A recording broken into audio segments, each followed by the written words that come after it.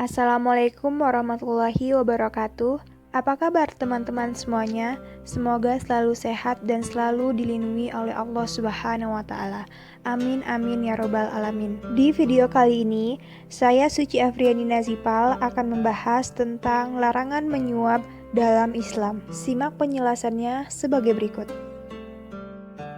Dewasa ini, praktik suap menjadi problematika di berbagai sendi kehidupan masyarakat. Bahkan, tidak berlebihan bila kita katakan bahwa persoalan ini sudah menjadi masalah yang multidimensional. Melihatlah merambah dalam ranah sosial, moral, hukum, ekonomi, bahkan hingga ke pendidikan.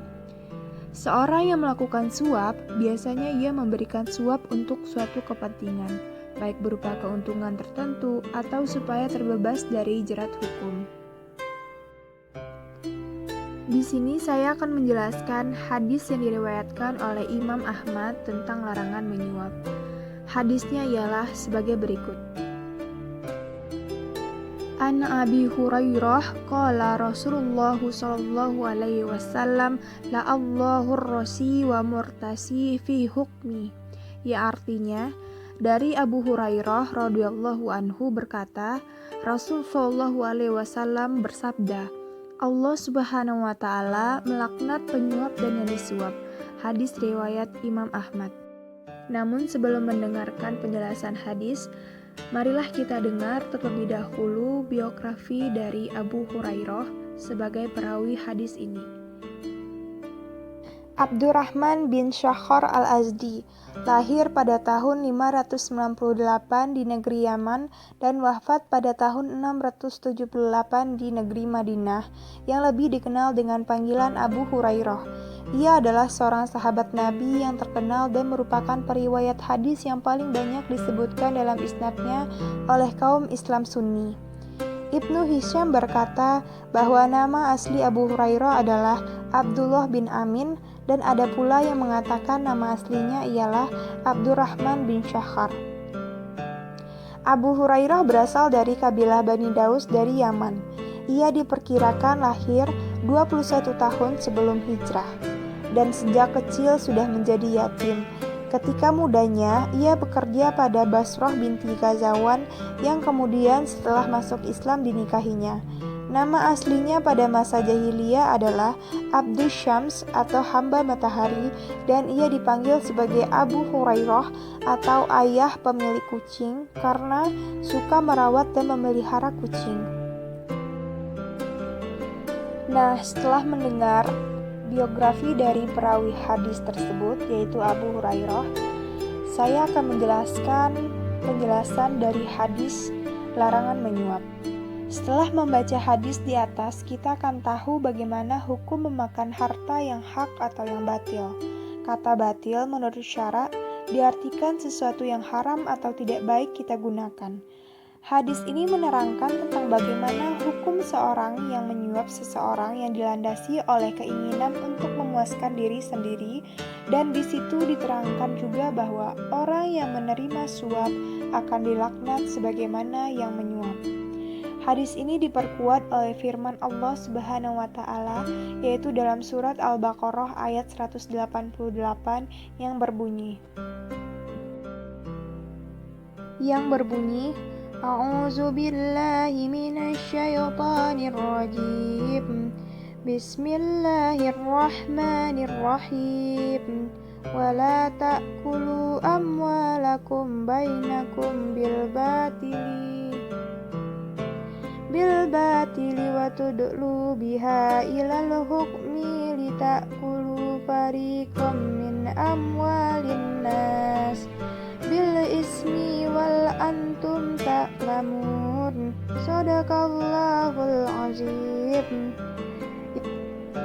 Yang artinya, dan janganlah sebagian kamu memakan harta sebagian yang lain di antara kamu dengan jalan yang batil, dan janganlah kamu membawa urusan harta itu kepada hakim, supaya kamu dapat memakan sebagian daripada harta benda orang lain itu dengan jalan berbuat dosa, padahal kamu mengetahui. Maha benar Allah dengan segala firman-Nya. Imam Al-Qurtubi mengatakan, makna dari ayat ini adalah Janganlah sebagian kalian memakan harta sebagian yang lainnya dengan cara yang tidak benar. Di sini beliau juga menambahkan bahwa barang siapa yang mengambil harta orang lain bukan dengan cara yang benar menurut syariat, maka sesungguhnya ia telah memakannya dengan cara yang batil. Di antara bentuk memakan dengan cara yang batil ialah putusan seorang hakim yang memenangkan kamu, sementara kamu tahu bahwa kamu sebenarnya salah. Sesuatu yang haram tidak akan berubah menjadi halal dengan keputusan hakim. Mencari rezeki dengan menjadi seorang pegawai negeri maupun swasta adalah suatu yang halal. Akan tetapi, tidak jarang seorang pegawai menghadapi hal-hal yang haram atau makruh dalam pekerjaannya tersebut. Di antaranya disebabkan munculnya suap, menyogok, atau pemberian uang di luar gaji yang tidak halal mereka terima. Hukum suap menyuap ialah dosa besar, karena sudah dijelaskan dalam firman Allah yang isinya Allah Subhanahu wa Ta'ala melaknat penyuap dan yang disuap. Arti laknat ialah terjauhkan dari rahmat Allah Subhanahu wa Ta'ala.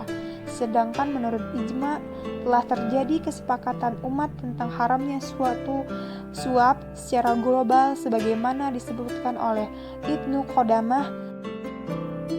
Suap menyuap hukumnya haram, meskipun mereka memakai istilah hadiah, uang terima kasih, dan sebagainya. Salah satu dosa besar dalam ajaran agama Islam adalah mencuri, yaitu mengambil sesuatu yang bukan miliknya. Islam tidak membatasi larangan korupsi hanya untuk mereka yang duduk di pemerintahan saja, tetapi juga di dalam muamalah sehari-hari. Sebagai contoh, larangan memanipulasi timbangan dan mengurangi takaran.